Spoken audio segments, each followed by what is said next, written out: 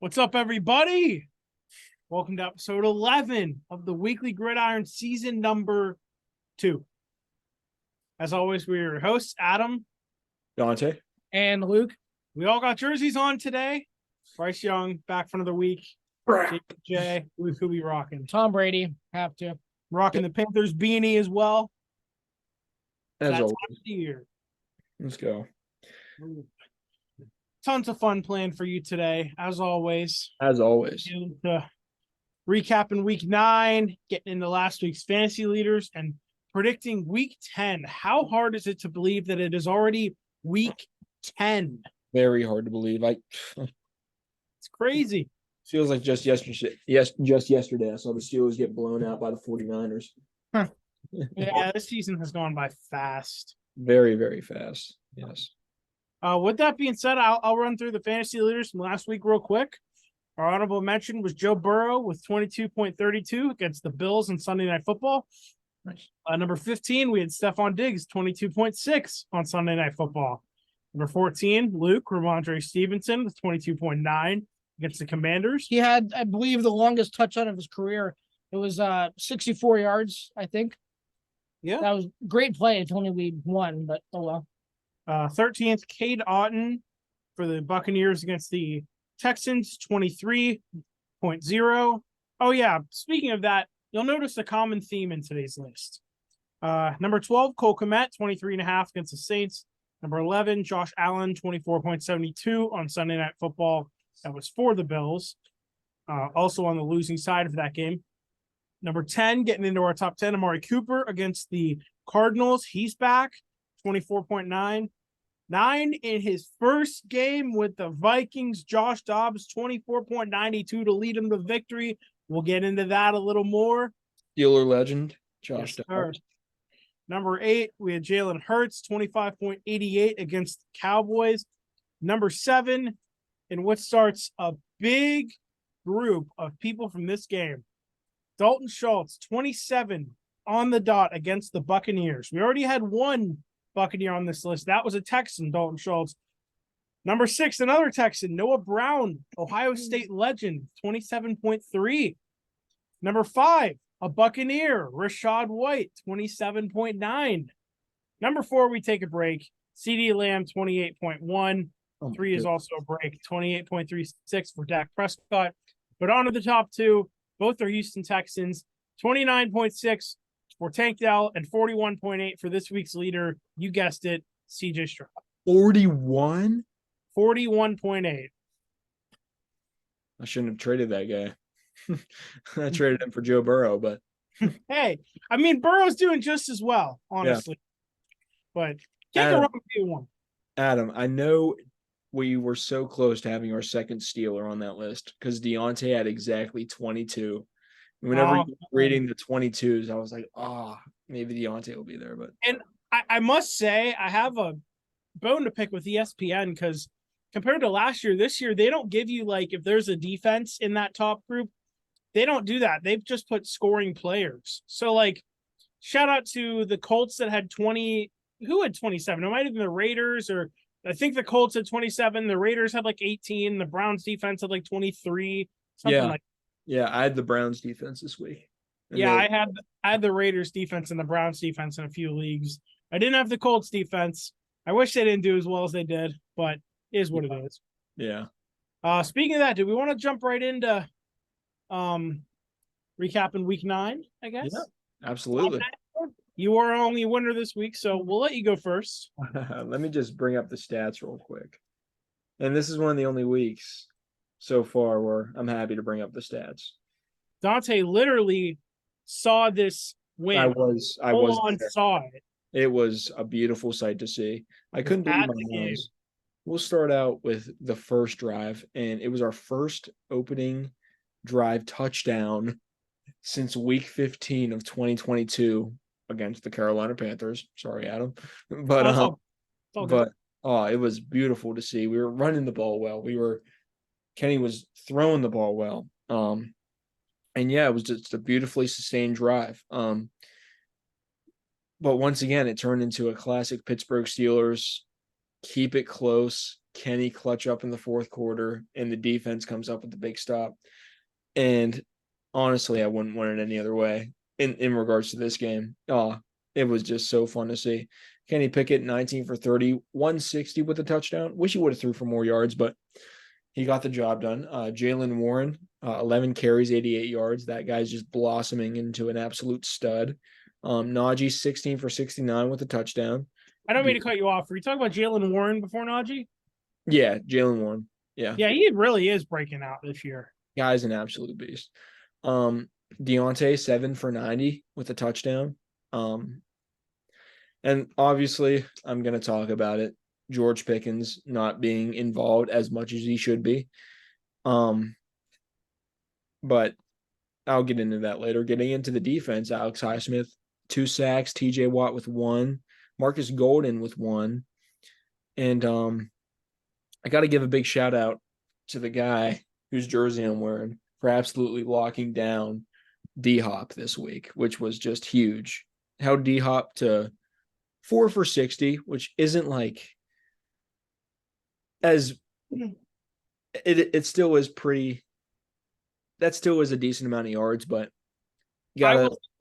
Sorry to interrupt you again. Oh, Compared to what D-Hop had the week before against the Falcons, that's a pretty good stat line for Joey Porter Jr. to hold him to. Especially as a rookie. But yeah. Just a really fun game to watch. It was down to the wire. Quan Alexander, who's been a great pickup for us this year, coming up with a game-sealing pick on Will Levis. And I don't want this recap to be me just absolutely just glazing the Steelers. I gotta say, Will Levis, I love the guy. Dude is an absolute monster. Looks composed. Yeah, Nittany Lion legend, Penn State legend. Dude is composed in the pocket, makes great passes, and I think he's the future of the Titans. You got to think, he went 22 for 39, 262. Like, that's unbelievable for what, second career start, but yeah, I was thrilled with this game. I know a lot of Steeler fans still not really satisfied with this team, but 5-3, I really can't complain because this is no disrespect to you guys at all. Looking at the situation you guys are in, I'm just thankful that my team is getting the job done.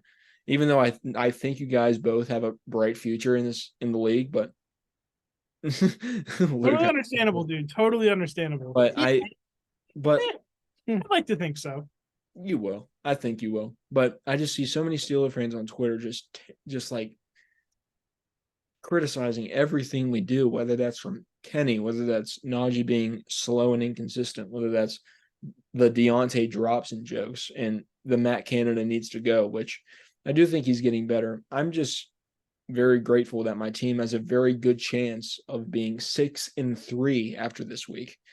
I don't care how we win. I don't care the games we win. I just care that we win, and and we won this game and I'm very thankful for that. And this was a well-deserved 10 days off for this team. So, those are my thoughts on the Steelers Titans. Great dub. Yeah, and I think there's a very real shot you will be 6-3. We'll get into that game in our predictions for it. Absolutely. But, Luke, who wants to go next? Me or you? I can talk about my game a little bit because I'm honestly trying to recall it a little bit. It's been a couple of days. It was disappointing from what I can remember. I won't sit here and trash a person I really do like in Juju Smith-Schuster, but he cost us. Well, do you like him? I like him as a person, but this is the classic Patriots thing at the end of every game this year. I was going to say he cost us the game, but then again, he cost us a chance for the game. Yeah. Every single time we've lost close, whether it be versus the Eagles, Kayshon Boutte messing up, versus the Dolphins, week 2, Cole Strange not getting an extra yard. It's like these are the plays that cost us a chance at the game. And the only thing that really sticks out to me from this game is the fact that we had our opportunity. Is at one point we had 4 punts in a row, so I can't really complain.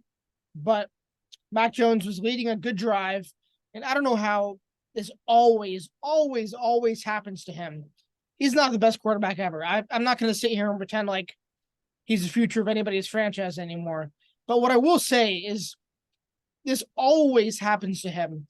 He delivers a pass in the perfect spot to Juju, who gets two hands on it, and he can't secure it. It gets knocked up into the air, and it gets picked off, and the game is over.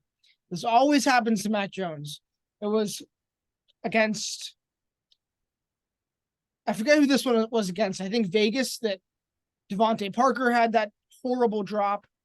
There was another drop in this past game that it just always happens to Mac Jones that way. But we need to be better. I don't know what's going to change at this point. It's very hard to believe that we replaced Matt Patricia and we got that much worse. But then again, if you look at our roster, it's as blatant as that. You don't need to do any research into the stats or into the separations the wide receivers get or anything like that, the blocking stats, many of our tight ends. You just have to look at our roster, and that's how you can tell we're just not a good football team. We just have failed to assemble. We have failed to assemble a good football team. And honestly, at this point, I'm stuck between wanting to win games and wanting to lose games. Because now it's not ridiculous to want Caleb Williams or Drake May or even Marvin Harrison. I saw something today that said if the Patriots are on the clock and Marvin Harrison Jr. and Drake May are available, who you're taking. I think for me, it's pretty obviously Marvin Harrison Jr. But then again, my reasoning for that comes with if we were to stick with Mac for one more year, we still don't have to pay him. So if Marvin Harrison Jr. is on the board, you take Marvin Harrison Jr. I think he's going to be 1.1 in this upcoming draft. But not to get off topic. Back to my point, we're just a very mediocrely assembled football team. There's almost no talent left on the field. Kendrick Bourne is out for the year. Christian Gonzalez is out for the year. I was talking to a couple people today about would you rather have Kenny Pickett or Mac Jones? And we don't need to get into that right now. We don't. But I did make the point. Calvin Austin would probably be the Patriots wide receiver 1 right now. It's just crazy. And I think he doesn't see the field as much as he deserves to with the Steelers. But I just have a very outside view of that. Or even A-Rob. I feel like A-Rob could be a talented receiver for you guys, though he is on the older side. Allen Robinson would be our wide receiver 1 right now. Yeah, that's one thing that we're always pretty. Yeah, the Steelers are privy to filling up their wide receiver room with some talent. Whether that talent is the highest IQ of individuals is up for debate. Very true. They always have some physical talent on the field. The Patriots just aren't able to say that anymore. I'm a big fan of Ramondre Stevenson, but running backs don't win you games anymore. Mac Jones can't win you a game. And going into Germany with the very, very small rumor that Robert Kraft may value this game so much that Bill Belichick's job is actually on the line, I'm still stuck 50-50 between wanting to win and wanting to lose. So what's your opinion? Do you want Belichick or do you want him gone? Before we fire him altogether, we need to take away his – I think I've said this on the show. Before we fire him altogether, we need to start by taking away his rights to pick personnel. He can't be the GM and the coach. One, that's too much power. Two, he's just not good at both. He has not had a very good draft class in years and years and years. I think the past 2 years he's been better. Cole Strange is a fine player, but first round was way too high to take him. Christian Gonzalez is I love Christian Gonzalez, but he's hurt. What are you going to do about that? But there is that stat that's always looming that I've mentioned a couple of times before, that the Patriots haven't signed a first or second round pick to a second contract since I don't know when. Since before I was in high school. So that's it's an obvious failure of. It's a trend. It is. It's an obvious trend. So to answer your question, before we tell Bill Belichick you're not allowed in the building anymore, we need to take away his rights to pick who's on the team and who's on the field. But I'm inclined to still believe that if given a competent roster, whether or not that be his fault, he would still be a more than fine coach. So that's the long answer to your question. What I don't think will happen is what I've been asking for and what I just explained. I think it's probably going to be everything or nothing. So I wonder if we're going to fire him. There's a very, very small growing rumor that he wants to retire, but I don't buy into that because there aren't many sources behind it. And he was just said to have signed a huge extension in the offseason. I think he signed an extension to retire. So another 4 or 5 years, however many, then he'll retire. I don't know what to make of the situation. I know Robert Kraft doesn't want to fire him. He doesn't want to tarnish his good name like that. He doesn't want it to end that way. But if we're about to be 2-8 after losing to the Colts, the Commanders, the Raiders, the Saints, it's not Patriots football. It's just horrible. It's no fun to watch. But I have my favorite players, and it could always be worse. I don't think you guys are in a worse situation, Adam. But hey, we have our first round pick. So there's the guardian angel and the devil on my shoulder telling me I want to win or I want to lose. So at least I have a little bit of something to root for either way. So the season isn't a total loss. I kind of went off on a tangent. One more thing I will mention is that Sam Howell really impressed me in our game. You'll look on Twitter and you'll see his one interception into the end zone to Kyle Duggar. That was horrible. I can't excuse that. That kind of a quarterback, he's just going to have those plays. But all in large, I thought he looked really, really good. And I'm starting to buy into the hype that the Commanders really do believe that he may be the answer at quarterback there for the next coming years, even to the future. So I will give him his credit where it's due. And I'll kind of use that to wrap up my thoughts on that game. So Adam, if you want, you can go off about the Panthers. I want to start by apologizing if you see me check my phone a little much. I'm actually in the process of selling a Penn State student ticket for this weekend. So Yeah. I was just communicating with my mom a little bit and checking to see if the guy Venmo'd me, which he hasn't yet, but I'm sure it's coming. Anyway, about our game, I don't know how much I really have to say. I love Bryce Young. He's our future. He's my QB. I get that, but I think all Panthers fans can confidently say that game was completely on him. He even admitted that. Let me let you into the stats a little bit. The final score was 27-13. Our defense gave up 13 points that game. So had Bryce Young not thrown any interceptions, the game would have ended in a tie or had gone to overtime. The defense let up 13 points. Bryce Young let up 14 points on 2 pick sixes, both to Kenny Moore, which was just crazy. So, I mean, had that not happened, like I said, game would have ended in a tie or at least have gone to overtime. That also leads me to say I'm not concerned with this defense, especially with all the injuries we're having. I mean, Brian Burns was already reported that he and CJ Henderson are both going to miss Thursday night's game. Brian Burns is concussion. I forget why for Henderson. He might be concussion as well. But yeah, this defense, given all the injuries they've had all season long, they have been bit to shreds by the injury bug, and they are still producing at a fine rate. I mean, giving up 13 points, I'm not going to lose sleep over that. Honestly, I mean, it could be a lot worse. So I'm really not going to go crazy about that. Offense could be a little better, but at the same time, being tied with the Colts in terms of non-pick 6 points is not bad. I mean, I'm willing to accept that the Colts are a better team than we are. I think that's pretty obvious. For this week's game, Thursday Night Football, we're recording this on a Wednesday night. So at this current moment in time, the game is tomorrow night, pretty much 24 hours from now, like 23. We are playing the Bears. There's no Justin Fields again. It is Bryce versus Bagent. Bryce Young, Tyson Bagent. So I don't think it's ridiculous to say I am expecting a win. I mean, I'm at least expecting us to keep this game close until the very end, because while we are not a great team whatsoever, we are the second worst team in the league, only better than the Arizona Cardinals by 1 loss. While we are not one of the best teams whatsoever, neither are the Chicago Bears. So I'm expecting at least this game to be close and competitive throughout. And I definitely think Bryce Young will bounce back this week and be better compared to his performance on Sunday. I mean, 3 interceptions. It was by far the worst of his career so far. He may never have a bad performance like that again. We don't know, but I'm gonna completely get it out of my mind now. That was basically me letting the loss go and moving on to Thursday night, a game that I have been looking forward to ever since the NFL schedule for this season was released.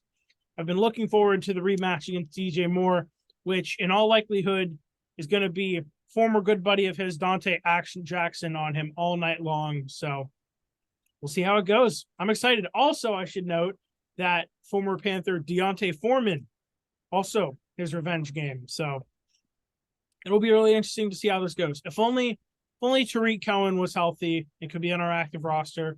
We could have him for this game, go up against his former Chicago Bear squad, but it is what it is. I'm excited, though. I'm excited for Thursday night, and I'm officially moving on from that Colts loss. That was pretty ugly in terms of QB play, but is what it is. Moving on. Ready for Thursday night. Let's go. So, Yeah, I actually have a little bit of a sort of game for us to play. If you've noticed me looking in another direction, I have my computer to the side. I've been looking at Adam's probably been confused because he can see my computer screen. I've been looking at quarterback rankings as updated as possible. I'll tell you why. I haven't really found one that I super like, but we're going to roll with this one. It's the CBS quarterback rankings from before week 9. So, Okay. Pretty recent. I want to play a game. Starting at the top, we're going to say, would you rather have CJ Stroud or this guy? And then we'll start over from the bottom and say, would you rather have Josh Dobbs or this guy? Okay. I think it's really interesting. I've been thinking about this That's fun. since these games, and I want to see your guys' answers. Okay. All right, we're gonna start with CJ Stroud. This is the CBS quarterback rankings. I didn't find a list I loved just in the couple minutes of scrolling, but this will have to do. Tua or CJ Stroud? I'm gonna go Tua. Probably Tua right now. I guess too. It's close, though. It is closer. It honestly is close. As of this point in time, is he 1? Apparently, yeah. What? On this list, according to CBS, yeah. Oh, interesting. Being that I don't love these rankings, this is going to get interesting extremely fast. Okay. Josh Allen or CJ Stroud? You know what? I'll set the tone. CJ Stroud. CJ Stroud. Right I saw something today. I'll keep it Off the fact alone, what Adam is going to tell you. If I didn't see what I saw today, I'd be voting Allen. But I saw that Josh Allen has thrown 9 interceptions this year, leads the NFL. So for that reason specifically, I have a stat other than that. Go ahead. The best touchdown to interception ratio in a season in NFL history was Tom Brady in 2018. He had a 14-1 touchdown to interception ratio. Right now, CJ Stroud has 14 touchdowns, 1 interception. You're convincing me. I'm gonna go Stroud. I think Stroud. As of this point in time, yeah, I'd rather have Stroud. Not overall career-wise. Allen's accomplished more. But of course. You know at what this I'm saying. point in time, I know Luke doesn't like it, but I do like Josh Allen. I just he just reminds me of Big Ben, to be honest. He's a goofy guy. I can't help seriously, I can't help but acknowledge that if he was a Patriot, I would have loved him. Yeah, exactly. But, exactly not, like so. it's me. It's like the same situation as me and Lamar. If Lamar was a Steeler, I'd be all over him, you know. Speaking of which, number 3 apparently, Lamar or CJ Stroud? Lamar. Currently, yes. Lamar's having another MVP type season. So yes, Lamar. it really is. Similar guy, Jalen Hurts or CJ Stroud? This one's tough. I'm gonna go Hurts. I'm gonna go Hurts. They're very similar in terms of play style. Very similar guys. Okay, number 5, Mahomes or CJ Stroud. Mahomes. Give me Pickett. Justin Herbert or CJ Stroud? Stroud. And once we get like 5 Strouds in a row, we'll stop. Okay. He's not going to like this comparison. Joe Burrow or CJ Stroud? I think I'm going to take Burrow. I would take Burrow. Especially weeks 1 to 4, Joe Burrow. I'll take CJ Stroud. Adam, I like Burrow. I think Burrow's really good. No, I know. I'm saying in terms of the fantasy football thing because you traded Stroud. Oh, yeah. Oh, that's interesting. Weeks 1 to 4, Joe Burrow. I'll take almost anybody. Yeah. Weeks 5 and after Joe Burrow, I'll take almost nobody. Yeah. Trevor Lawrence or CJ Stroud? That one's tough. Honestly, that I'm one. going to say CJ Stroud purely gonna based off the fact that somehow the Texans offense has looked better than the Jaguars offense. I'm gonna take Lawrence. I think. That's fine. You're probably right. Oh, were you Trevor? saying Trevor Stroud? Yeah. Sorry, I was busy. The payment went through, so I got to focus on Oh, that. sick. too. All right. Oh, nice. Was it Trevor Stroud? Yeah. You know what? Screw it, Stroud. All right. Okay, CBS is out of their minds. Brock Purdy or Stroud? Stroud. Stroud, Stroud. easily. Brock Purdy is not the ninth best quarterback in the National Football League. Maybe Especially pre- right now. No. Pre 3 straight losses, maybe, but Oh, this was after their third straight loss. oh, that's That's blasphemous. Yeah. Dak or CJ Stroud? Stroud. I'm thinking Stroud. This is insane. Oh my god. He's It's- him. Stroud has played He's a rookie. so good. He is really good. Did you Oh. say Stroud, or are you still thinking? Stroud easily. I think Dak's made it as hell. Yeah. I might take it over Dak. I hate to say. Actually, I have a good stopping point for us in a second, but I'll keep going. Jared Goff or Stroud? Oh, Think I'm gonna Stroud. take Goff. I'll Goff. take Stroud. Yeah. Probably. Goff is really reliable. He'll make the throws he needs to make. He doesn't turn the ball over much, but in terms of firepower and explosive plays, I'll take Stroud. Yeah, it's definitely close. Another head scratcher, Russell Wilson or Stroud. I guess Russ has been better, but Stroud. Easily Stroud. And how about we wrap it up here because they have CJ Stroud, number 13. Okay, nice. And I'm not seeing anybody else I would take Stroud over. So, all right, let's go to the bottom of this list. I'm going to say a couple other names. You're going to tell me this guy or Josh Dobbs. Okay. After this Vikings game, this is going to get interesting. There's going to be a couple no-brainers at the bottom. I guess this is just who started the last game for whatever team. For the Rams, Brett Ripien or Josh Dobbs? Josh Dobbs. Easy. I mean, okay, Zach Wilson or Josh Dobbs? Dobbs. Dobbs. Zach thinking- Wilson or Josh Dobbs? Yeah. mhm. Dobbs. What was the previous one? Brett Ripien. Oh, Dobbs. The man who Dobbs replaced in the middle of the game, Jaron Hall or Dobbs? Dobbs. I'm gonna have to say Dobbs. I'm assuming they stick with him. Yeah, he gave that team a spark, and they just ran with it. Absolutely. Cardinals last starter, Clayton Tune or Josh Dobbs. They have to be making up these names. Yeah, these are like whenever you play men and you Yeah. put auto-generated draft class. You sim 5 years. Like, who was the Steelers starter? What? That's not a real person. Yeah. It's like Ben Roethlisberger Jr. PJ Walker or Dobbs? I'm gonna take Dobbs. Yeah, Dobbs. I mean, PJ hasn't been bad, but No, he's been all right. Dobbs has proven to be a capable starter since Absolutely. Arizona, since Um, Pittsburgh, to be honest. Yeah, honestly. Okay, the Bears starter recently, Tyson Bagent or Dobbs. I'm gonna take Dobbs. Hey, Shepherd legend Tyson Bagent, who played Slippery Rock, who played IUP. Really? Oh yeah, but give me Dobbs. Yeah, but give me Dobbs. Yeah. I was looking forward to this. Number 26 on their list, Mac Jones. Oh, Jones or Dobbs. I'm sorry, Dobbs. I hate to say it. I see him as equal. Dobbs is just, in my opinion, Dobbs has done a little more this year. If I could choose one to start in Germany against the Colts, Would you take Dobbs? I would take Josh Dobbs. Yeah, I would take Josh Dobbs. be nice, but yeah, I'll take Dobbs. All right. There's a couple here that these rankings aren't perfect to me, but Danny Dimes or Dobbs, I'd probably still take Daniel Jones. I'd take Dobbs. Yeah, I mean, I guess. You know? Daniel Because Jones. Dobbs makes big plays, dude. And he can improvise. And that's something Jones struggles with, the ability to get out of the pocket and make plays. Maybe not so much last year, but this year, once you get pressure on that guy, he's going down. I think there really is something to be said about the because Baker did this last year with the Rams on like 2 days' notice. I think there really is something to be said about the freeness that comes with not knowing a playbook at all. So the head coach, which in Baker's case last year, Sean McVay, and in Dobbs' case, Kevin O'Connell, who I think is turning out to be a really good head coach. I think to be able to free up a quarterback to say, listen, I know you don't know the plays. Just go out there and cook. If you find something open, get it to them. If not, create something with your legs. That's been a Josh Dobbs specialty this year. I think that,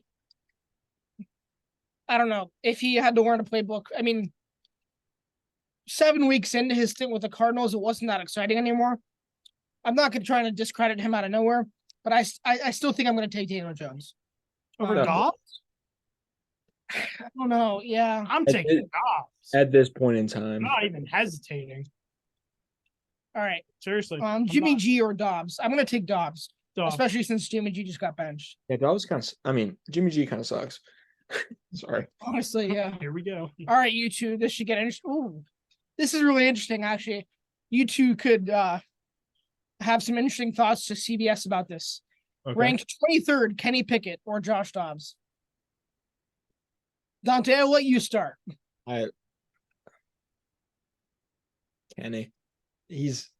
I know you guys are going to pick Dobbs, but I'm taking Kenny just because I have to. And I think he's really clutch. Whenever Kenny's on, he's on.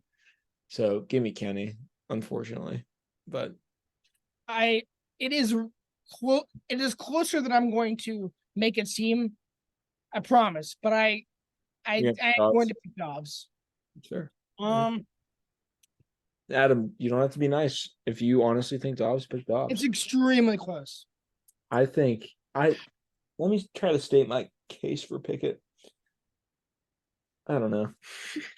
Younger physical tools. I'm probably gonna go Dobbs. Honestly, I just think Kenny is he's a good improviser. He can get out of the pocket and make plays. But yeah, I can't blame you guys for picking Dobbs because I've been picking Dobbs. One thing that's always been to Kenny's credit is it's very stereotypical for the Steelers going back to Ben's final years. But in the fourth quarter, when you're down and you have to pass, and if you don't like one of the plays is called, coming up with something on your own, doing the 3-minute, 2-minute drill, getting the ball down the field when you absolutely have to is a strength of Kenny Pickett's. And, Kenny doesn't put up insane numbers on the stat sheet, but he'll win you games, you know. He'll put you in the position to win games, you know. Yeah. But Dobbs, you know, after watching Dobbs this past week, I have to pick him. I just hope it's just sustainable for the guy, you know. I hope so too. And I'm not so sure it is. But that's why we're doing this now and not next week. Dude, if he falls off the cliff, this video is gonna be insane. We can look back at this and laugh in like a couple of days already. So this is why maybe we'll end here, even though there's probably a couple other guys we would pick Dobbs. This is why this is gonna get interesting. Ranked 23rd was Kenny Pickett. Ranked 22nd, Bryce Young. Sorry, I think same thing. If you pick Dobbs, it's fine. I think I'm picking Josh Dobbs, but I will make the distinction. If I'm the Panthers, I was going to say this when you were talking about your own game. You have to let him make some mistakes. Last week he cost you the game, but you have to let that happen. So if I'm the Panthers and I get offered a trade for Josh Dobbs, I'm hanging up the phone just because I need to let my quarterback make those mistakes. But those situations are out of the window. If I have to pick one of those quarterbacks, I'm taking Josh Dobbs. Sorry, Adam. Here's my thing. If it's who's the better player, probably Bryce Young. If it's who's had the better year, Josh Dobbs. Young has a higher ceiling. 100%. I think if Young is utilized to his fullest capability, he could be top 15 in the league, if not top 10. But as of this very moment, Dobbs has just been consistently just better week after week than Kenny Pickett, than Mac Jones, than Bryce Young, than all of our quarterbacks, which going into the season, I thought would be an insane take. I never would have thought that. No, never. But it's fun because Josh Dobbs is such an easy guy to root for. Yes, of course. I mean, I want the guy to succeed all the time. Obviously, I root for my guy over him. However, sure. Once a Steeler, always a Steeler. Going to root for the guy. True. And if you look at his locker room speeches. If you look like at his media press conferences, the guy is so humble and team first. Absolutely. Similar to the guy that went down for the Vikings. I don't know how you guys feel about Kirk. I love Kirk. I love Kirk. Yeah, great guy. But I think Josh Jacobs is the perfect person to continue their season. Yeah, both personality wise and play style. Yeah. But yeah, that was a fun game. I enjoyed that. Yeah. It popped in my head the other day, and I was like, I wonder how many QBs I would take over Kenny Pickett or Josh Jacobs or CJ Stroud, not Kenny Pickett. So yeah. But now we can move on if you want to talk about last week's games. Maybe we'll try to run through a couple of them rather quickly. But yeah. Well, other than our games, that game in Germany Sunday was really something. I don't know if you guys watched it. Goodness. Yeah. I watched the from the second quarter on. I missed the first quarter, but I watched from the second quarter on. It was a great game. I think did I sleep through that one? No. Maybe I was up, but I wasn't like up paying attention. I wasn't up. Yeah, I get what you mean.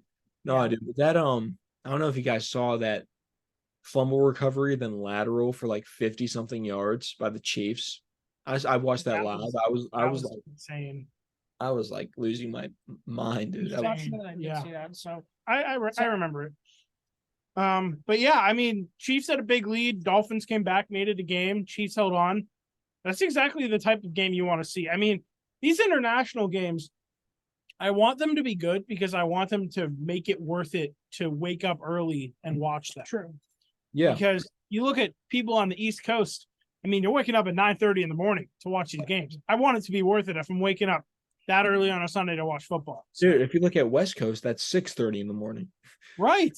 Well, off the top of my head, immediately, I just kind of clocked that the fact that West Coast would be ridiculously earlier in the morning.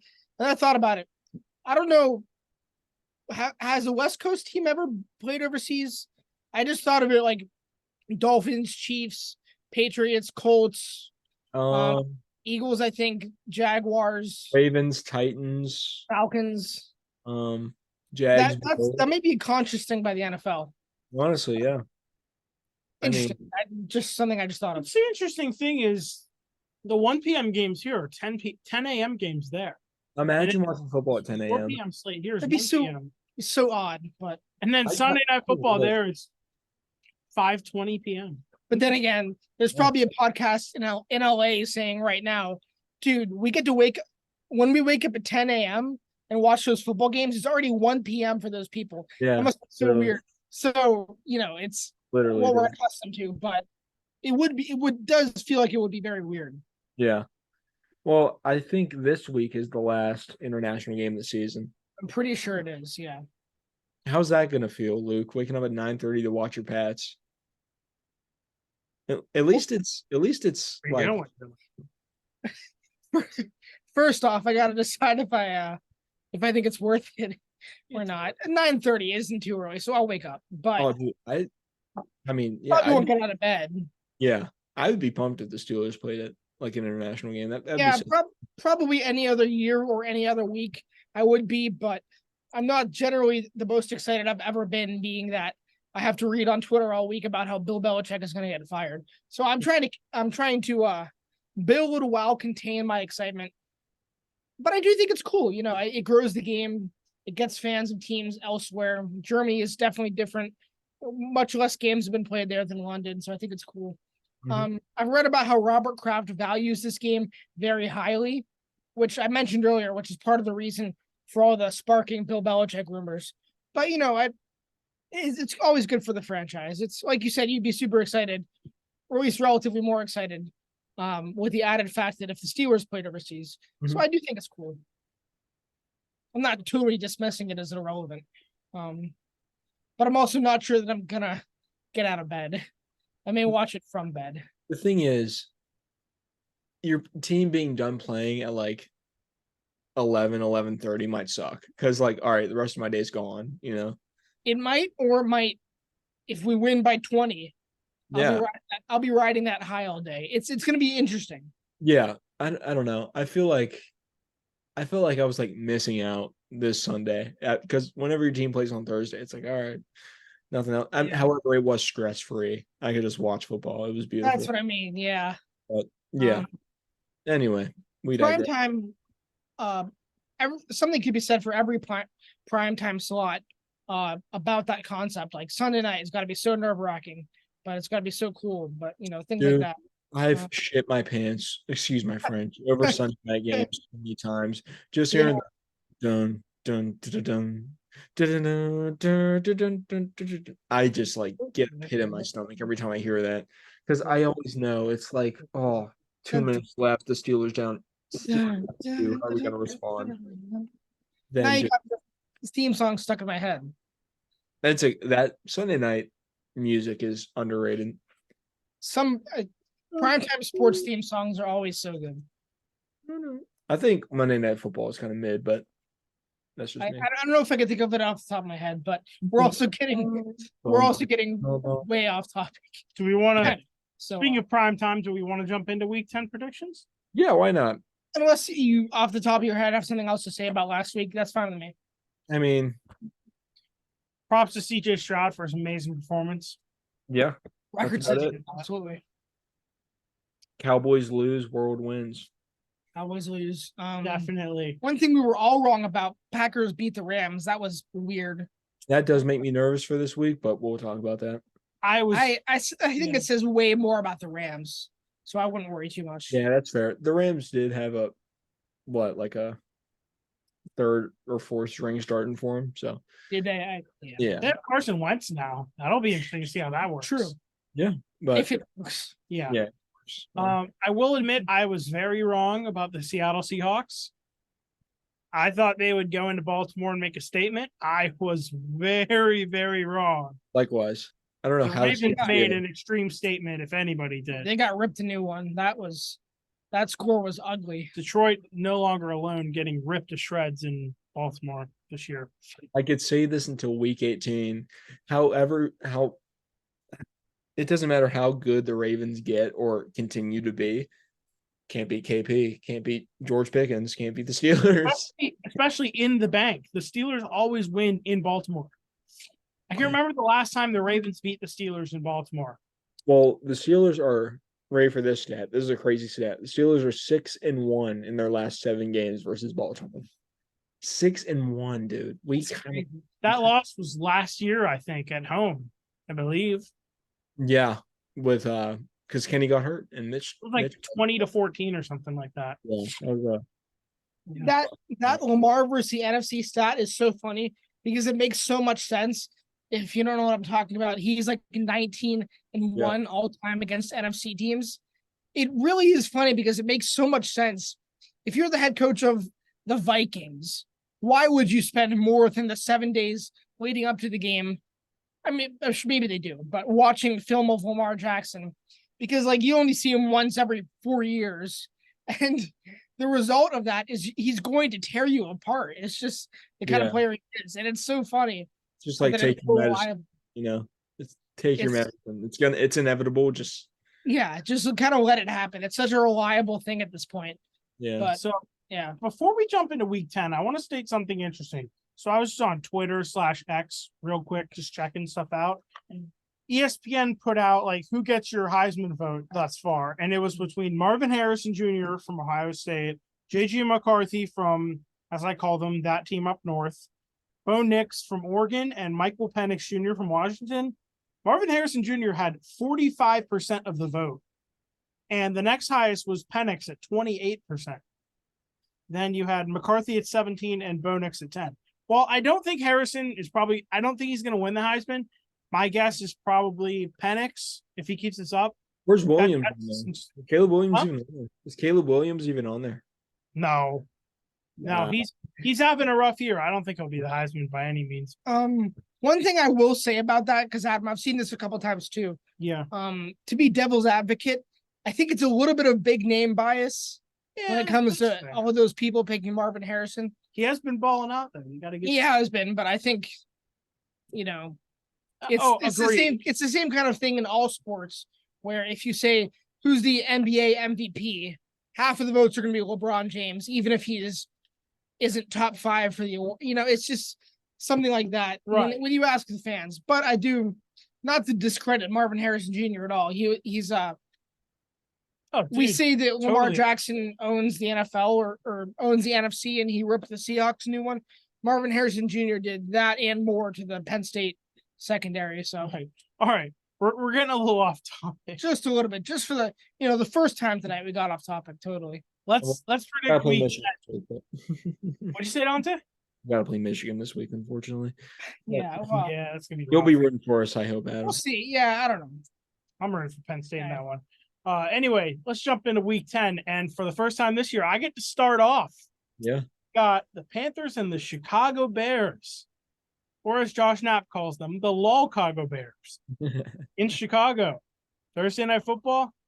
DJ Moore and Deontay Foreman in the bench game. Justin Fields is still not back. Correct. Tyson Bagent will be getting the start for Chicago. I want to make something very clear. I don't care who you guys pick. I am picking the Panthers.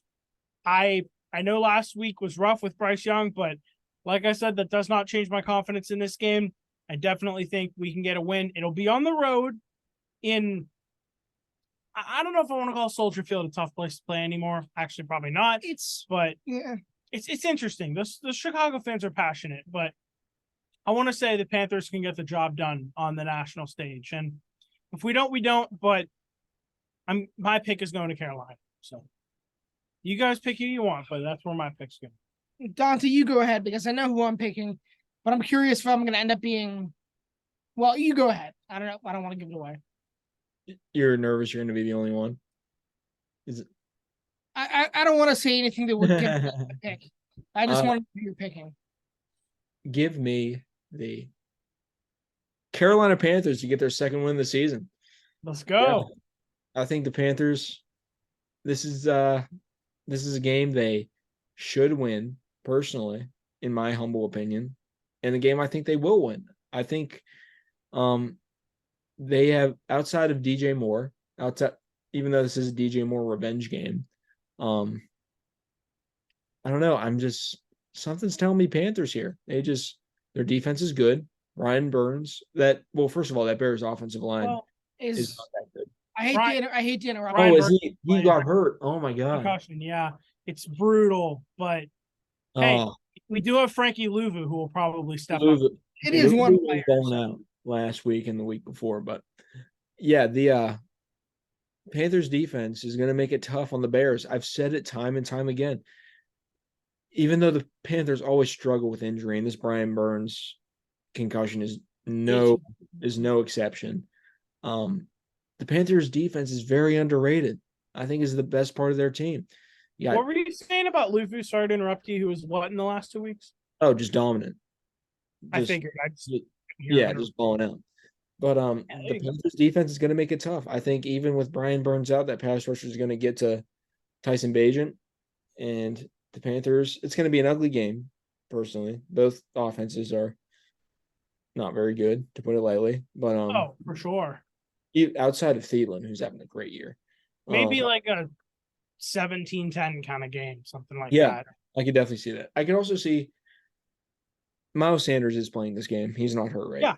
Yeah. I could definitely see him, getting a good amount of yards in this game. I'm sorry to interrupt you. I'm not going to say he was great last game, but he's coming off a much better game than he's had this year so far. He was pretty good against Colts. Let me see what he had. He had, 6 for 39. He did the most with his carries, Yeah. But Sanders is also a good, receiving back also. He could catch it out of the backfield. That's what he did at Penn State. That's what he did in Philly. But, yeah, give me Carolina. I like them a lot. So what I didn't say was I was curious whether or not I was going to be a tiebreaker or the sweep, because if you do the math, that reveals my pick. And I am picking the Panthers as well. First clean sweep of the Panthers. Let's go. You love to see it. For two reasons. One is much more salty than the other. If the Panthers win this game, I'm sure as hell not letting you guys hold that one over me. Yeah. But the real reason is that I do think this is a good matchup for the Panthers. Tyson Bagent, if that's how you say his name, this is his 4th or 5th start, and his best start was his first That's just because nobody knew what he had to offer. There's plenty of film on him now. The minds of the Panthers coaching staff should be able to do plenty homework on him to bottle him up all game. Like you were saying, their defense, I want to elaborate on the good points you made. But the offense just has to do just enough. It's another good training wheels game for Bryce Young. He just has to do just enough. And I think that they're definitely capable of that. For the Bears, it's easy to say that they're technically a better team because they're 2-7 and you're 1-7. Okay, whatever it is. If the Panthers win this game, all of a sudden the Bears aren't a better team. So it's not safe to just look at the paper. And I don't think that the Bears should be favored in this game. I don't think they're the smart pick. I think the Panthers are going to win, and I'm pretty confident about that. I just want to say one more thing before we go on. Regardless of who wins, the Bears don't lose in draft outcome necessarily because, I mean, if we win, their pick gets better. If they lose, or if we lose, our pick for them gets better. So, not that I'm worried about the draft anymore. I want to emphasize I'm still very happy we traded for Bryce Young. For a guy like that, you have to take that gamble. I would still do it. It just sucks a little bit having the team be this bad in a year where you don't have your first round pick, but it is what it is, honestly. I've pretty much accepted that. As I've told some friends, we've had plenty of top picks in the last few years. I mean, 2017, we were number 7. 2018 and 2019, I forgot what number, honestly. I think 24 and like 15 or something. 2020, we were number 7. 2021, we were number 8. 2022, we were number 6. 2023, number 1, obviously. So, well, what were you before you traded for number 1? You guys were like 9. Yeah, I was going to say so we've had plenty of top 10 picks in recent years where, I mean, we've had so much uncertainty with quarterback. I'd almost rather go into the offseason knowing who my quarterback is than just have another top 10 pick. So. That was a big luxury for me and the Steelers because, like, last offseason, it was like, okay, we got Trubisky, then we got Pickett, then there was a quarterback controversy who's going to start, and it felt so good going into this past offseason knowing Pickett's the guy. Yeah, of course. Disregard how you feel about Pickett. Just knowing who your guy is just huge for the team and huge in building chemistry and building confidence around the team. So it seems like a minute thing, but it I feel like it's really big. It makes a big difference. Because guys in the locker room know who they're supposed to build chemistry with. They don't have to question things. Mm-hmm. It builds so much confidence in your number one guy. Yeah. The list goes on and on of advantages that come from knowing that. So to your point, Adam, yes, I do think that while it would be nice to have your first round pick, and it is funny what you brought up about the Bears, that no matter the outcome of this game, they can find a reason to be happy. But I'll pick the Panthers. And next game, Luke, you want to get into it? All right, yeah, go for it, Luke. Yeah.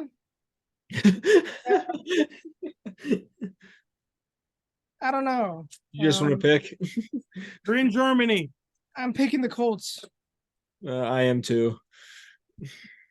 After we lost last week, I told multiple people I felt like I could never pick us again, and not enough has changed.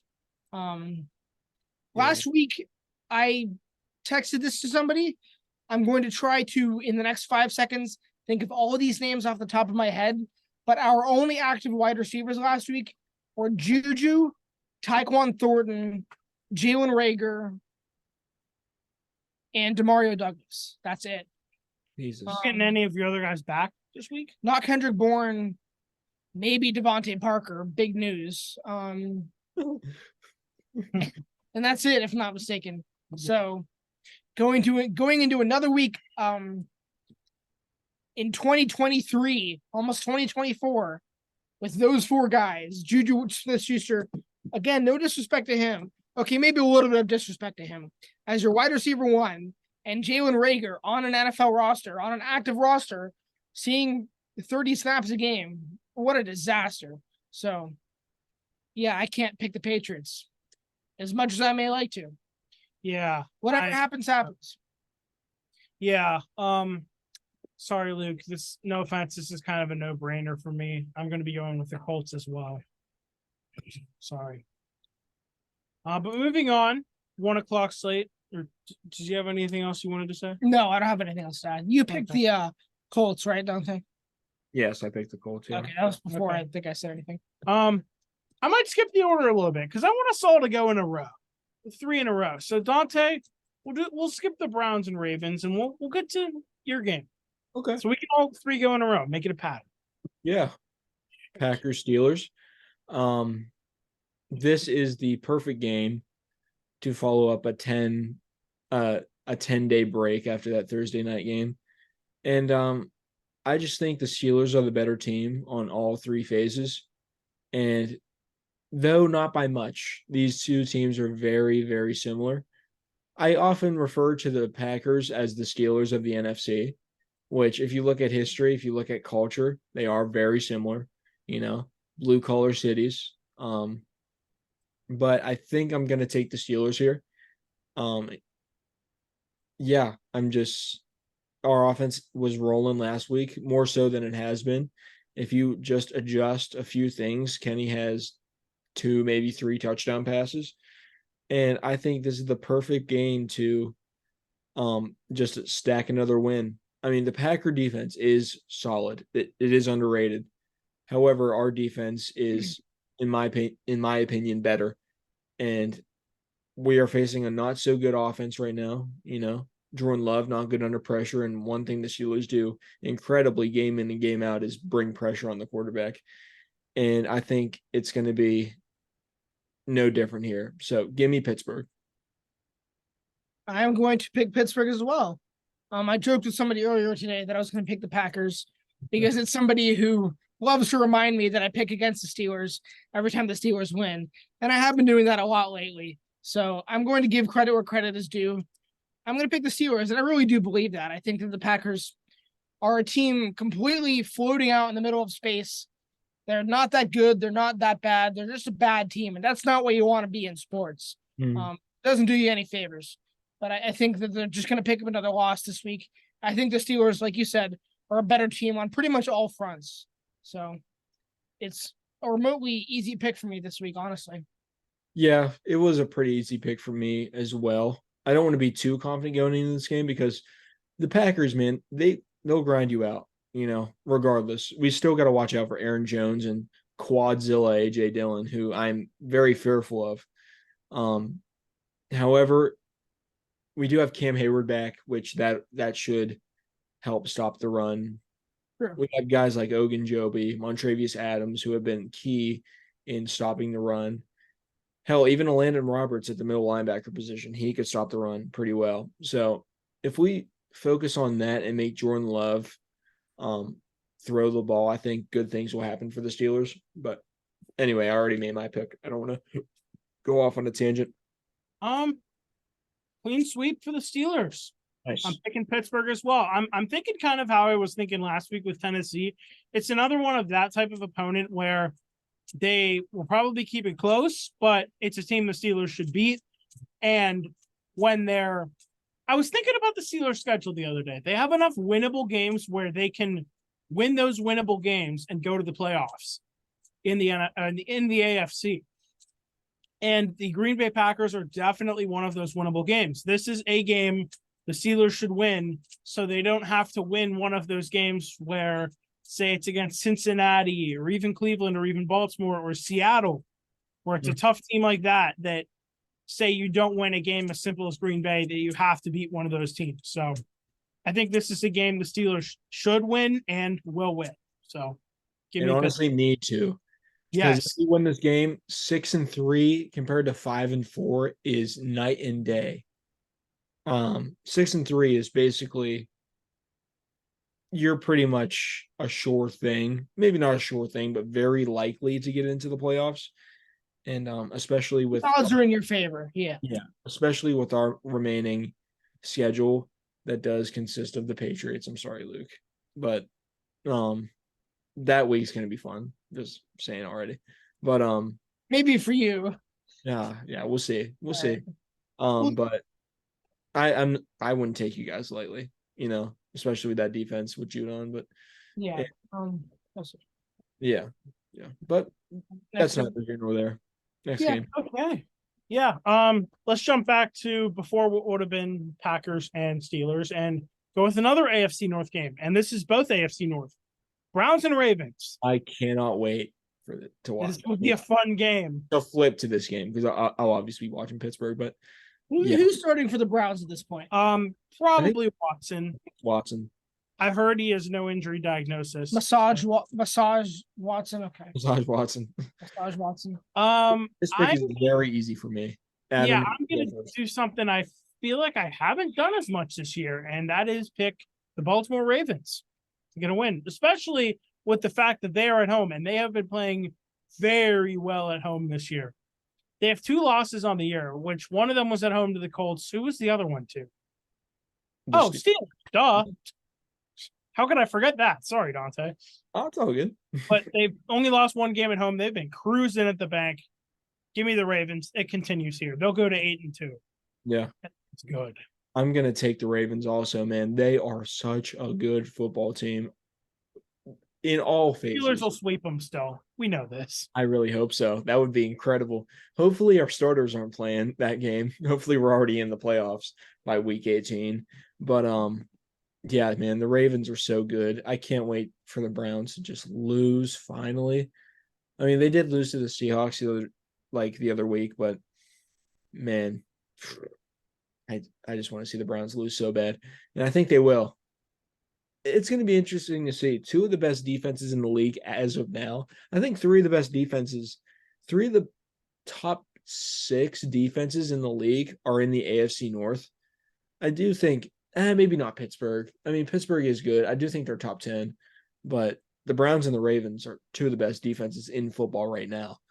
So I wouldn't be surprised if it's low scoring, but I just think the Ravens offense is better than the Browns. So that's the difference maker for me. So give me the Ravens all day. I'm going to pick the Ravens as well, especially at home.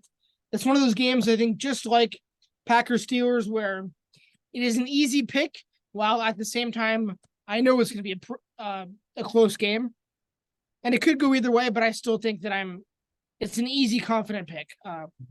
It would be incorrect to pick the Browns. They may end up winning, but I don't see any reason to pick them. So. Yeah. Well, boys, 4 straight sweeps to start. You know we're allowed to disagree, right? Yeah. Just kidding.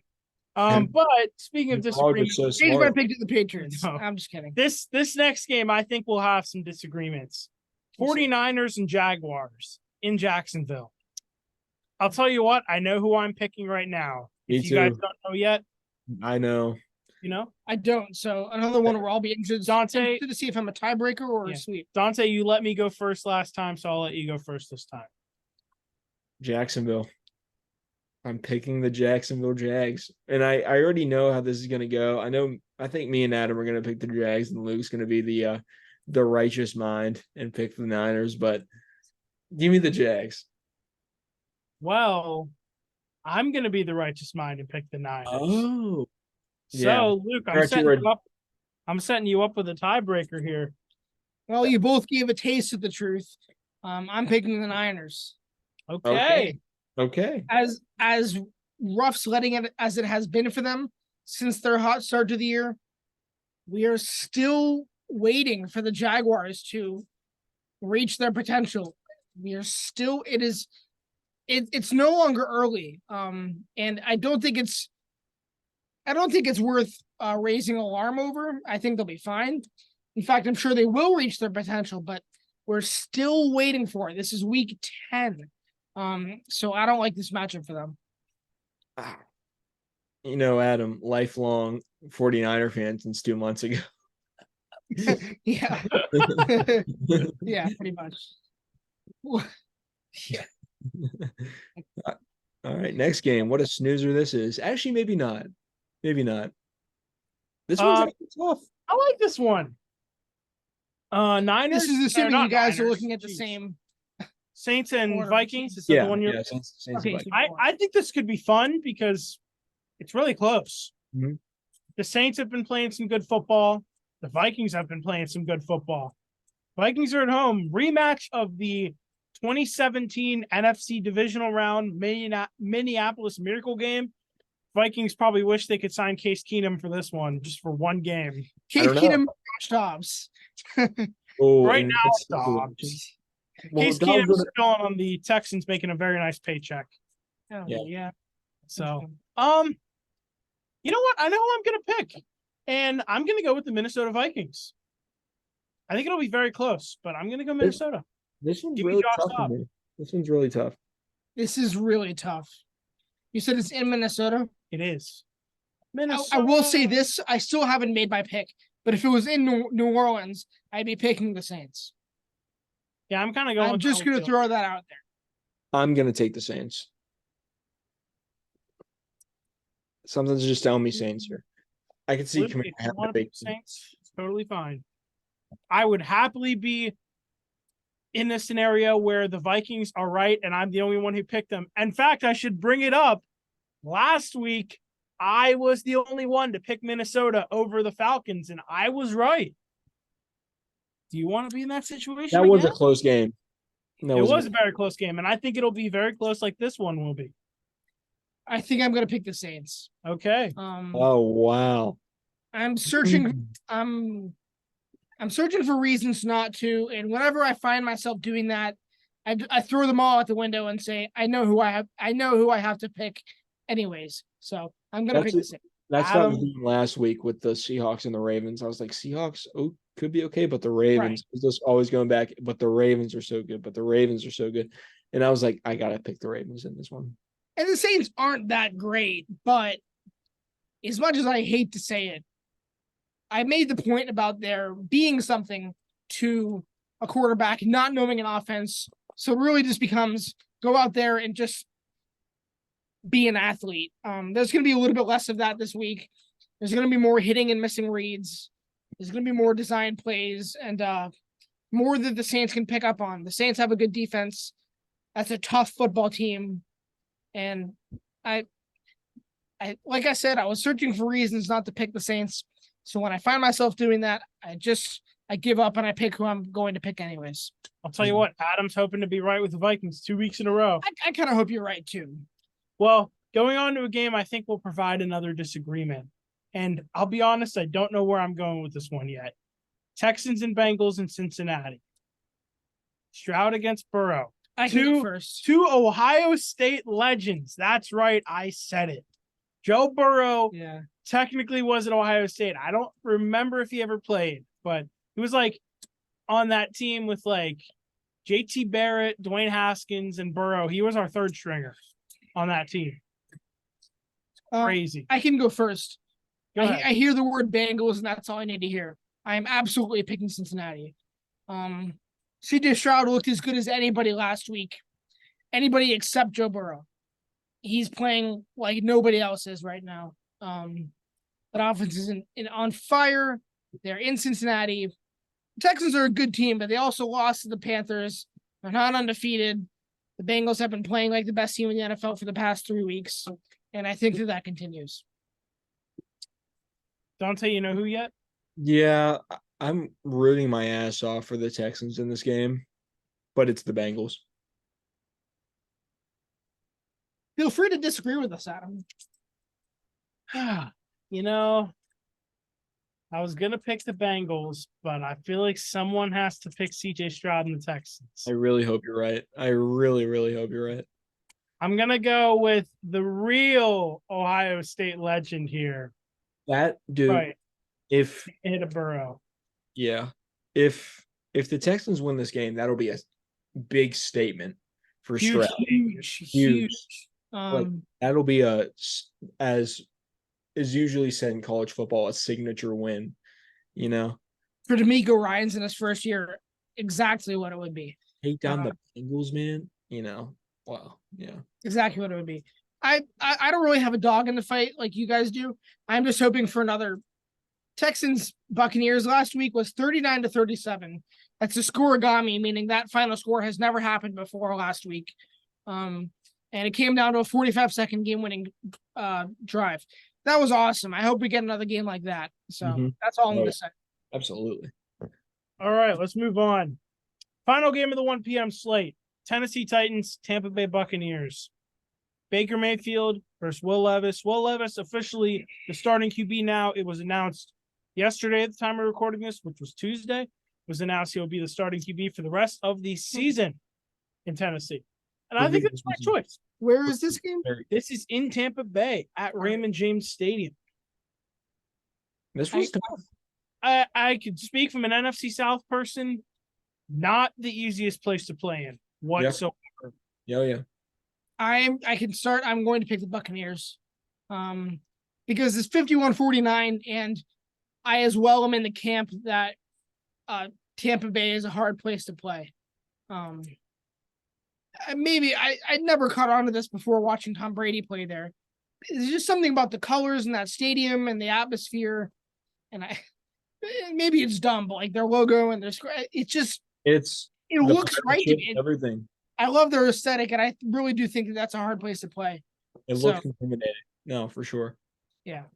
I want to start by saying I'm picking the Buccaneers as well, but I want to know if we can get a petition started. Can the Buccaneers wear their creamsicle jerseys, and can the Titans wear their Houston Oilers jerseys in this game? Can we get that, please? Man, I saw so many. Whenever I was at the Steelers Titans game, man, I saw those Oilers jerseys in person, and man, those are sexy. Let me tell you. Are sweet. Yeah. We get a petition that both team wears them, please. I would do anything for it. I just love the. I don't know how those colors would gel. It's kind of like each other. I saw something. Sorry to get off topic with sport. I get what you're saying, though. Sorry to get off topic with sport here, but the 2022 World Series, when the Phillies played the Astros, I saw a baseball fan say, can we get a petition where the Astros wear their old jerseys with like the star and the colors across the jersey, and the Phillies wear their powder blues? That would have been sweet. That would have been sweet. Oh, yeah.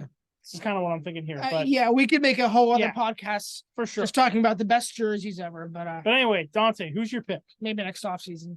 I'm gonna take the Buccaneers in this one. All right, clean sweep. I'm a big Will Levis fan. So am I. Me too. That guy is a monster. Well, he's gonna blossom into something great. He's the next like top young quarterback in the AFC. I truly think he'll lead the Titans to playoff appearances in coming years. Maybe not this year, but if they keep D-Hop around and if they keep Henry around, and just add a few more pieces, that Titans offense is going to be scary. I saw a lot of people at the draft. Sorry to interrupt you. Said Levis was like kind of like a Josh Allen, has a really good deep ball, kind of mobile, can play. Yeah, tough to bring down.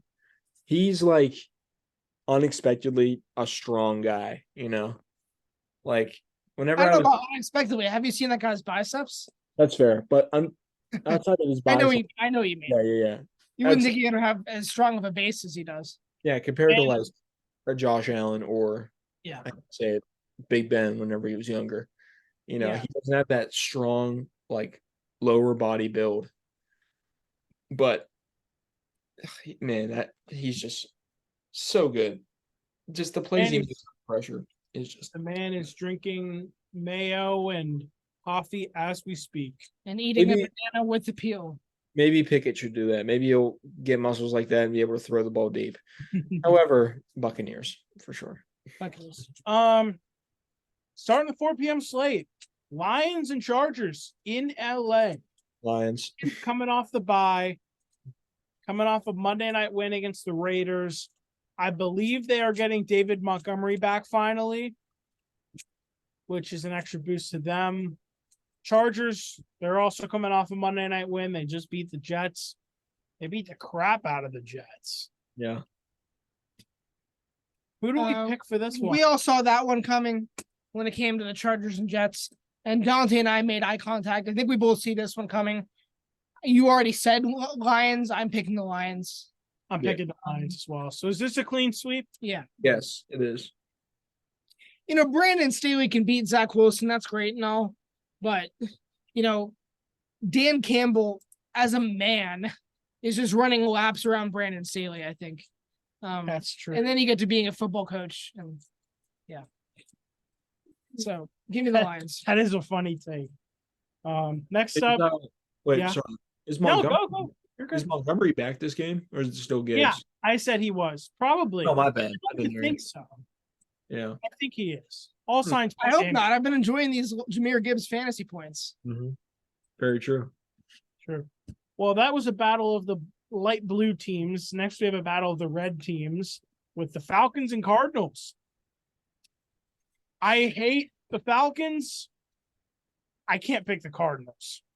Oh, wait a minute. No, I'm not. Okay, I'm not going to pick the Cardinals. Kyler Murray is back. But Kyler Murray is back for this game. Let me just make that point. Shoot. You know what, guys? You were probably planning on going first. I'm going to interrupt you, Dante. I'm picking the Cardinals. I don't owe it to Arthur Smith. If there's anybody that's going to screw this up, it's Arthur Smith. Like, do you know that Bijan Robinson this entire season has one carry inside the 5-yard line? Mm-hmm. One.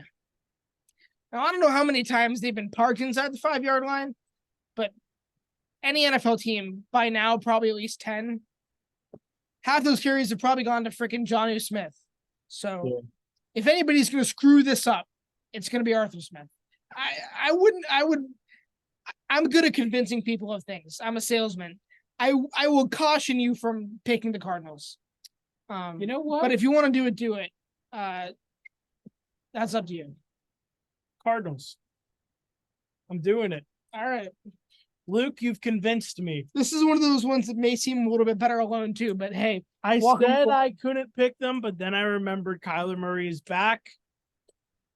I'm going Cardinals. They're going to get the Carolina Panthers and Arizona Cardinals are both getting win number 2 on the year this week. And the Panthers will still be a better team record-wise. So in that scenario, I would root heavily for the Arizona Cardinals. But you, no, you already made your pick. Sorry, Dante, go ahead. Falcons. You gonna clean sweep the Cardinals?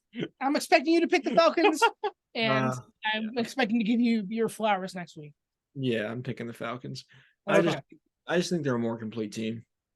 I Plus, mean, they definitely that are. goes without saying. Yeah, I'm not denying without that. a doubt they are. Plus Kyler, first game back, there could be rust. And I'm not confident in the Falcons whatsoever. It's like, I don't know. I was about to make a really gross analogy, but I won't. But Right. give me the Falcons. Yeah, I'll probably end up giving you your flowers next week, but I have fun taking the underdogs in some of these games. So Moving on to this game is probably going to be the easiest one to predict, maybe ever. We have the Giants with rookie QB Tommy DeVito starting against the Dallas Cowboys in Dallas. Cowboys. Yeah. Dante, are you picking the Cowboys? the Cowboys in a game, the Cowboys against the Giants alone is ridiculous when you look at some of those past matchups. But when the Cowboys need a get right game, they're a train and you need to get off the train tracks. So they would probably destroy pretty much anybody else in this game. The question is, are they going to beat them by less or more than 40 points? Wow. That's just what the Cowboys do. When they win, they win big. When they lose, they make excuses. But when they win, they win big. Yeah. I'm not trying to give them credit, but I want to point out they were relatively close to beating the Eagles last week. Yeah, they make that point. I do think the Cowboys are overrated, as they are every year. Yeah. They do get like 4 free wins every year from the other 2 divisional opponents outside the Eagles. So maybe that is just like a mirage to how good or bad they actually are. Because you got to think, put most teams in that division, they're sweeping the Commanders and the Giants. Like most seasons. Maybe they'll split one year with one of them, but Yeah, I'll take the Cowboys here. It's like Luke and the Patriots with the Jets. It's 2 free wins every year. No matter how good the Jets are or how good they are supposed to be, Patriots always find a way to beat them. I'm gonna keep saying that until it's not true. Let's hope this isn't the year for that. Hey, this was supposed to be the year. It's not true anymore. And what do you know? It still is. Have you played them twice yet, Luke? No, They don't play against I'll tell you week what. 18. We play them week 18. You know, Aaron Rodgers is probably going to be back. We'll see how he is, though. We'll see. I think I said something last week, like the Ohio State-Michigan rivalry. Ohio State dominated all those years. Eventually, as they say, all good things must come to an end. So, like I said, Michigan got to win eventually. Whether you like it or not, eventually the Jets are going to get a win. But the Cowboys, not the Cowboys are not going to stop killing the Giants this week. Yeah. But one thing I will say about them, to something you said, I think they're closer to I wouldn't say that they're closer to properly rated, because for as many idiots as there are that say that they're the Super Bowl favorites every year, there are as many Eagles fans who say that they're the worst team in the NFL. So it balances, I think. It does. But I don't know. I feel like just the extreme majority of Cowboys fans saying they're going to win the Super Bowl tilts that scale a little bit and makes them overrated, you know? Yeah. I think Stephen A. Smith helps with the balance a little bit, but yeah. I'm so tired of that guy. Anyway. Yeah. He won't have much to say this week because they're going to win. So, yeah. Next. Yeah, Cowboys fans will be looking for excuses not Cowboys fans. Giants fans will be looking for excuses not to tune into that game. So, yeah. Moving on, not Cowboys. Geez, I almost did it again. Commanders and Seahawks in Seattle. Oh, okay. This is as much, in my opinion, as a get back game as it is possible for the Seahawks. Yeah, they will win this game. Seattle. Yeah, Seattle. Yeah, clean sweep there. Not much needs to be said. This next game's interesting. Yeah, moving on to the primetime slate. I know who I'm picking already. I made that in my mind a few hours ago, actually. Yeah. Jets and Raiders. Do you want me to start out by saying who it is? I think I know. I've got Vegas. So do I. So do you? All right. Another clean sweep. How many is this now? This has to be like thoughts of the Jets, but then I remembered it's not Jimmy G and Josh McDaniels anymore. Aiden O'Connell, baby. Let's go. And I don't know how much stock I'm going to buy in Aiden O'Connell, but I love Antonio Pierce. And I think that they know they messed up in not hiring Rich Bisaccia, so I think that they're going to make Antonio Pierce their next full-time head coach. They should. And it's going to take wins like this, so I think he gets it. I don't care who the team plays or what team it is. If you fire a coach after struggling, then going on to beat whatever team 30-6 right after, like that culture change immediately. Love to see that from the Raiders. Some of the things that I'm reading about what was going on behind closed doors with Josh McDaniels, and I feel okay trashing him because you guys know I never liked him when he was on the Patriots staff.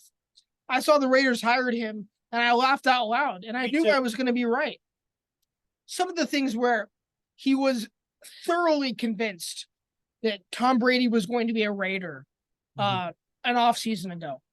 Thoroughly convinced. Would have bet his house on it. Yeah. Just dumb. And then when that didn't work, he and the GM disagreed completely on paying Jimmy Garoppolo.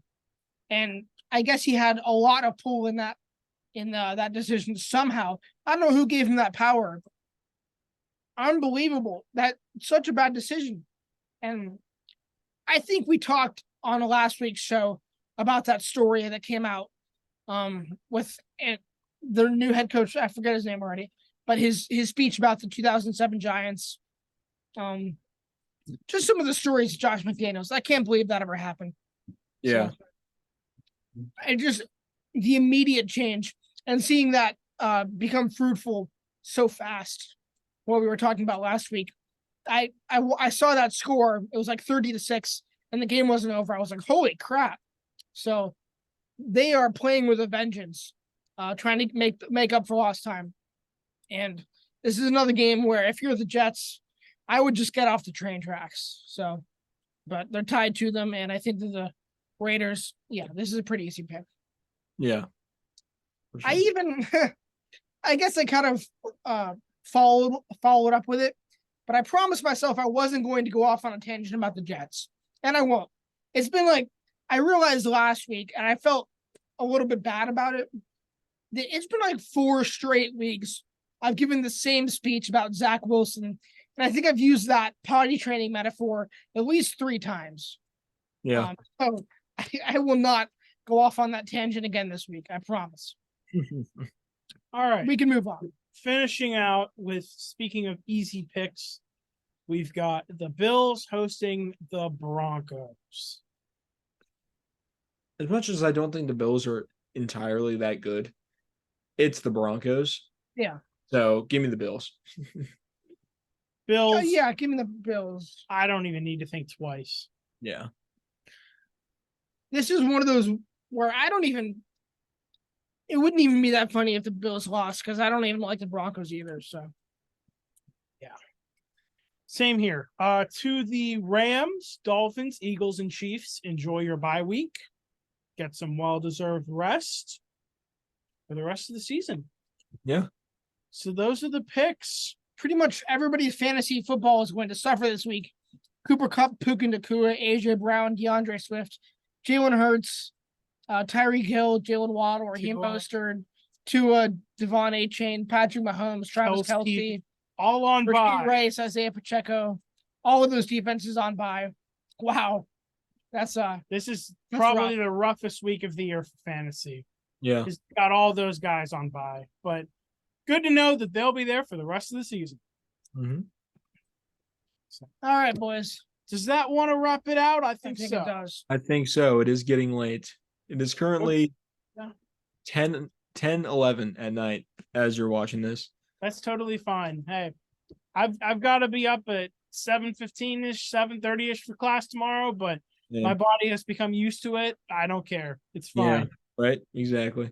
So, all right, guys. Go Panthers this week. Go Steelers. Luke, even though we all picked against them, go Patriots. Absolutely. Yeah. Shout out to the viewers and listeners. I hope both teams have fun.